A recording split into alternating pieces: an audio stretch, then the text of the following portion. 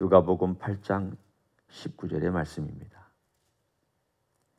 예수의 어머니와 그 동생들이 왔으나 무리로 인하여 가까이 하지 못하니 어떤 이가 알리되 당신의 어머니와 동생들이 당신을 보려고 밖에서 있나이다.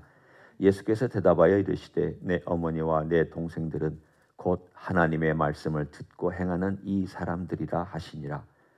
하루는 제 아들과 함께 배에 오르사 그들에게 이르시되 호수 저편으로 건너가자 하심에 이에 떠나 행선할 때 예수께서 잠이 드셨더니 마침 광풍이 호수로 내리침에 배에 물이 가득하게 되어 위태한지라. 제 아들이 나와 깨어 이르되 주여 주여 우리가 죽겠나이다 한데 예수께서 잠을 깨사 바람과 물결을 꾸짖으시니 이에 그쳐 잔잔하여지더라. 같이 읽습니다. 제자들에게 이르시되 너희 믿음이 어디 있느냐 하시니 그들이 두려워하고 놀랍게 여겨 서로 말하되 그가 누구이기에 바람과 물을 명함에 순종하는가 하더라. 아멘. 오늘의 짧은 두 사건, 그것이 공통점이 있습니다. 그 공통점은 앞에 있는 말씀하고도 또 공통적인 부분입니다. 다른 게 아니라 하나님 말씀을 누가 듣고 있느냐에 대한 이야기입니다. 19절부터 21절에 보면은 거기에 예수님의 어머니 마리아죠. 그 동생들 왔습니다. 그냥 방문하러 온 걸까요? 오랜만에 못 봤으니까 얼굴이나 보자. 그러면서 요즘처럼 차나 한 잔 마시고 커피나 좀 마시는 그런 교제를 위해서 오신 걸까요? 그렇지 않습니다. 다른 복음서에 보면은 예수님이 하는 행적이 하도 이상해서 말리려고 왔습니다. 쉽게 얘기하면 너 지금 미쳤냐? 너 뭐 하는 짓이냐? 그리고 동생들은 형님 여기서 이러시면 안 됩니다. 이렇게 하려고 지금 식구들이 밖에 와서 머무르고 있었습니다. 예수님 공생의 기간 동안에 심지어는 마리아도 그렇게 천사의 수태고지를 받고 주의 여종이오니 주 뜻대로 행하십시오라고 믿음으로 고백했음에도 불구하고 예수님께서 하는 행적을 잘 이해 못했습니다. 세례 요한 이해 못했죠? 여러분 기억하시죠? 이 앞부분에 세례 요한이 제자 둘을 보내서 당신이 정말 내가 이렇게 이제까지 준비해온 맞습니까? 그때 주님께서 나병 환자가 낫고 눈먼 자가 눈을 뜨고 죽은 자가 걷는 그 사실을 세례 요한에게 가서 고해라. 나로 말미암아 실족하지 않는 자는 복이 있다. 그 메시지를 하셨잖아요. 여기도 마찬가지입니다. 예수님의 어머니도 예수님을 믿지 못했습니다. 동생들은 더더군다나 말할 것도 없습니다. 이들이 언제 돌아왔느냐 하면 예수님께서 부활하신 이후에 이들을 직접 만나셨을 때에 이들이 돌아와 그 어머니도 사도행전에 보면 기도에 힘썼다라고 되어 있습니다. 그러니까 예수님의 공생 기간 동안에 이 식구들은 완전히 일종의 배타적이었다고 할까요? 이해 못하는 식구로 대접했다고 할까요? 그래서 예수님께서 하신 말씀이 좀 어떻게 생각하면 퉁명스럽게까지 들리는 말씀을 하셨습니다. 21절에 보면 예수께서 대답하여 이르시되 내 어머니와 내 동생들은 곧 하나님의 말씀을 듣고 행하는 이 사람들이라. 그럼 이 사람들이 누굽니까? 가까이 있는 제자들을 가리키고 혹은 주변에서 예수님을 따르고 있던 여인들을 가리키고 혹은 12 사도가 아니더라도 그 주변에 있었던 신실한 제자들을 가리키고 있습니다. 이것이 앞부분하고 또 연결됩니다. 앞에 씨 뿌리는 비유에서 좋은 땅에 뿌려졌다라는 것은 하나님의 말씀을 착한 마음으로 받아서, 좋은 마음으로 받아서 30배, 60배, 100배의 결실을 맺는 사람이다. 핵심이 어디 있느냐면 말씀과 마음이 있습니다. 뿌리는 분은 예수님입니다. 물론 이 모든 것은 다 예수님이 하십니다. 그런데 말씀을 마음이 어떻게 받느냐? 삼가라. 그래서 바로 이 사건이 일어납니다. 그런데 이 사건이 일어나는 순간 예수님의 말씀을 믿지도 않고 예수의 말씀을 따르지도 않고 예수님의 말씀을 받아들일 수 없었던 식구들을 주님께서 가리키면서 누가 진짜 내 식구냐? 진짜 내 식구는 내 말을 듣고 행하는 자다. 똑같은 말씀입니다. 15절에 보면 좋은 땅에 있다라는 것은 착하고 좋은 마음으로 말씀을 듣고 지켜 인내로 결실하는 자다. 이거나 이 사건 속에 하나님의 말씀을 듣고 행하는 이 사람들이 내 식구다. 그러면 듣기만 하는 사람들은 예수님 식구가 아닙니다. 은혜 받았다고 하지만은 행동이 변하지 않는 사람들은 예수님의 식구 아닙니다. 가치관이 변하지 않는 사람들도 예수님 식구 아닙니다. 지식은 많으나 행동이 예수님을 닮아가지 않는 사람도 예수님의 식구가 아닙니다. 이건 명확합니다. 성경에 그 중간쯤 있으면 좀 좋겠습니다. 그러나 성경은 그 중간을 얘기하지 않습니다. 그냥 명확합니다. 예수님도 명확하십니다. 복음에 관하여서는 예수님은 정말 냉정하시리만큼 명확합니다. 불쌍한 사람을 불쌍히 여기는 긍휼의 마음을 제가 부인하는 게 아닙니다. 우리 주님 정말 불쌍히 여기셨고 고통받는 자, 외로운 자, 아픈 자, 그리고 소외받은 자, 힘든 자 다 돌봐주셨고 그의 날개 그늘 아래 쉬기를 원하며 은혜 받기를 원하는 자를 주님께서는 내치시지 않았습니다. 자기 스스로 떠난 거고 자기 스스로 믿음에 파선한 거지 예수님은 내치신 적이 없습니다. 하지만 예수님께서 어떤 말씀을 하셨을 때 굉장히 단호하게 말씀하신 내용들이 많습니다. 씨 뿌리는 비유가 그겁니다. 단호하십니다. 나머지는 다 가짜다란 뜻입니다. 또 너 삼가 어떻게 들을지 조심해야 된다. 단호하십니다. 오늘 또한 예수님의 어머니와 동생들에 대한 태도도 단호하십니다. 아직은 저들은 진짜 내 식구가 아니다라는 뜻입니다. 누가 진짜 내 식구냐? 이 사람들인데 그러면 이 사람들이 어떤 사람들인지를 한번 보십시오. 22절부터 25절까지 우리가 한 사건을 만납니다. 제 아들을 데리고 배에 올라 호수 저편으로 건너가시는 바로 그 사건이죠. 이 사건은 다른 복음서에도 나오기 때문에 여러분이 잘 아실 겁니다. 근데 누가는 짧게 전합니다. 마태나 마가, 특별히 마가는 이 사건을 길게 전하는 편인데 누가는 22, 23, 24, 25 한 넉 절 정도로 이렇게 쉽게 얘기하면 반절로 이렇게 응축해서 짧게 전합니다. 결론부터 얘기하면 뭐가 중요하냐면 누가 말씀을 들었느냐에 대한 질문입니다. 누가 그 말씀을 들었느냐? 제가 똑같이 질문하고 싶습니다. 누가 그 말씀을 들었습니까? 그리고 듣고 순종했습니까? 이 사건에서 제 아들입니까? 아니면 바람과 파도입니까? 바람과 파도가 주님의 말씀을 듣고 순종했습니다. 제자들은요, 그 앞부분에는 칭찬받았는데 여기서는 이렇게 실패했습니다. 잘 대조해 보세요.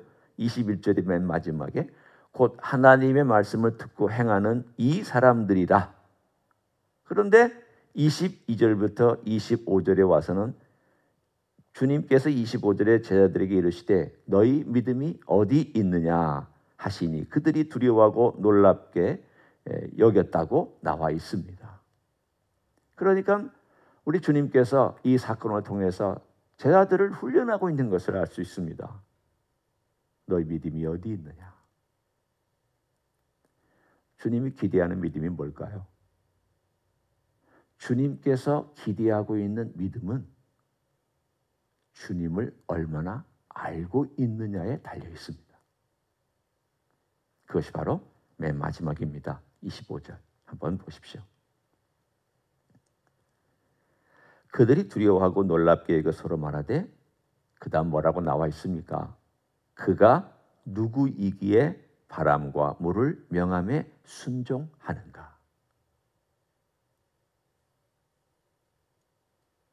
오늘 이 구절을 우리의 마음 가운데 담고 생각해 보시기를 바랍니다.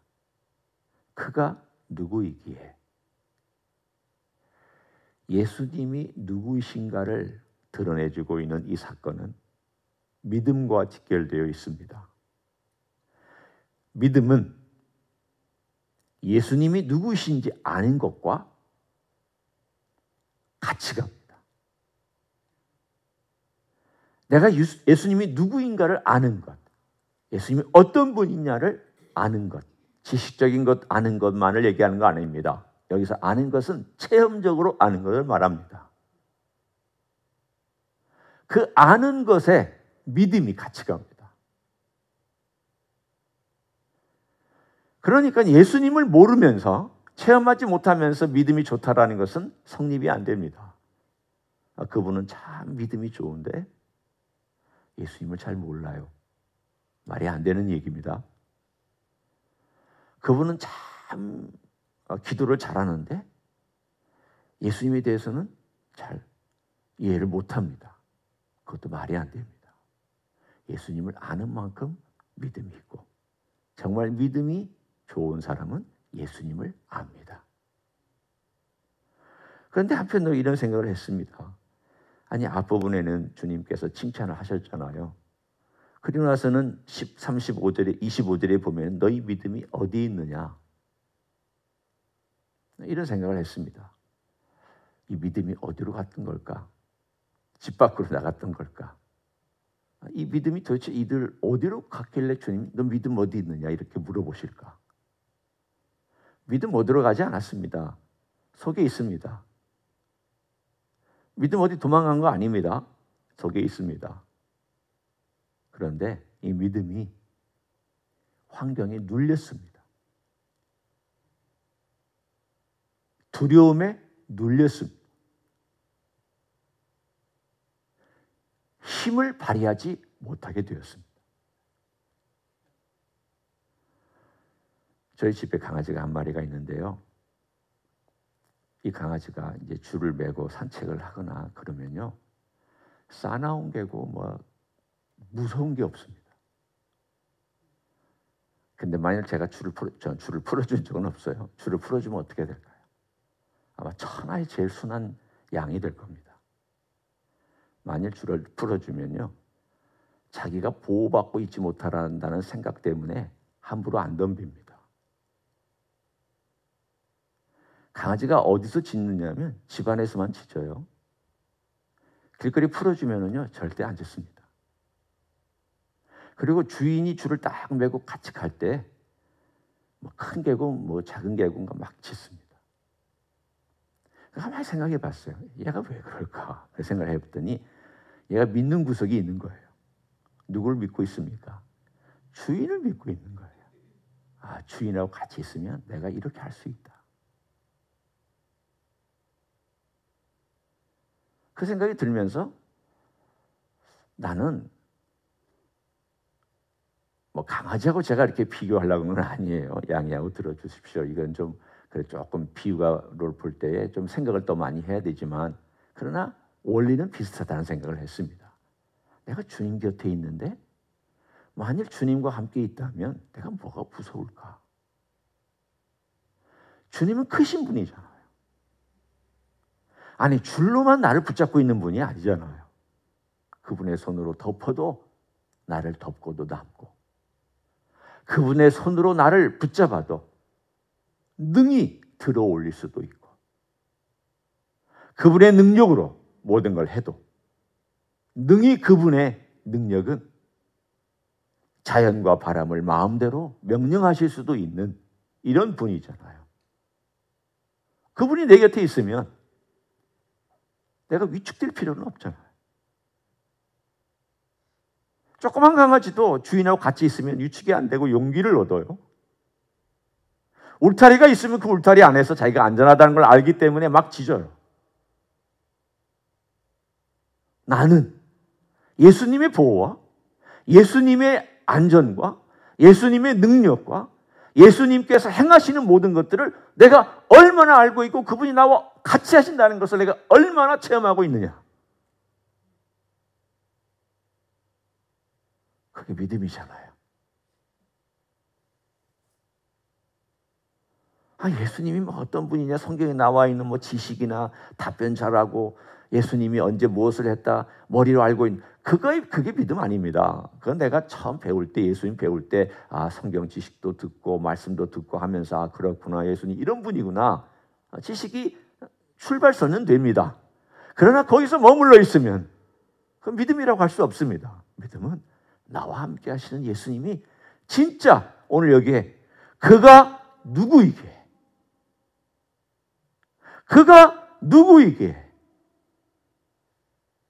바람과 물을 명함에 순종하는가.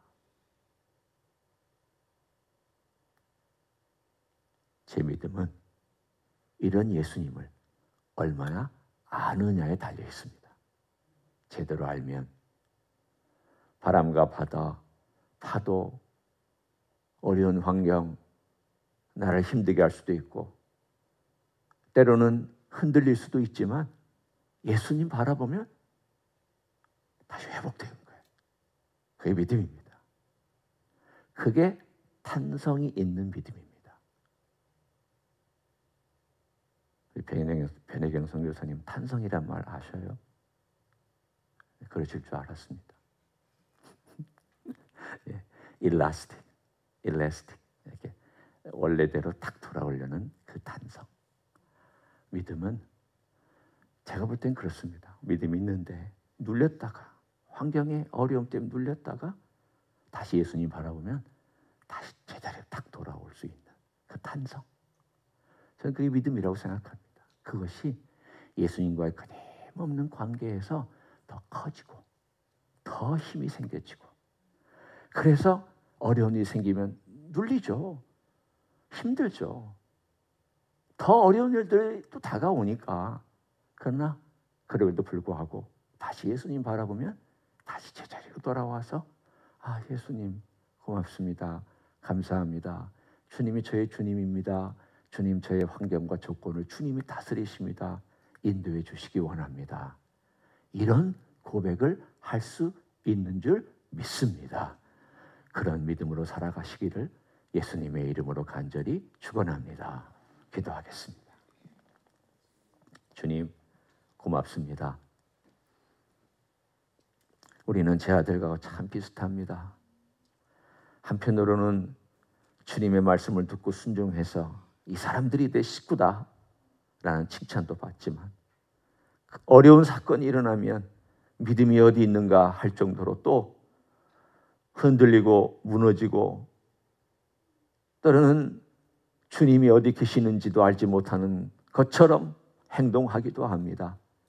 그러나 주여, 주님께서 내 곁에 계시고 주님이 나와 함께 하시고 주님은 능력의 주님이시고 하늘과 땅의 주인이시고 바람과 물과 파도를 잔잔케 하시는 분이시고 명령하시면 모든 것이 들어야만 하는 창조주이시며 이 땅을 다스리시는 왕이신 줄 믿습니다. 이런 주님을 신뢰하며 어떤 환경에서도 주님 바라보고 걸어가는 우리 모두가 되게 축복하여 주시옵소서. 이제는 우리 구주 예수 그리스도의 은혜와 하나님 아버지의 극진하신 사랑과 성령 하나님 교통하심의 역사가 오늘도 우리 주 예수 그리스도를 배우고 알고 경험하고 체험하고 그래서 그 믿음으로 살기를 소원하는 이 자리에 참여한 모든 종들 위에와 주 임지 히스교회 위에와 이민교회들과 한국교회들과 선교사님들 위에 이제로부터 영원히 함께 하실지어다. 아멘.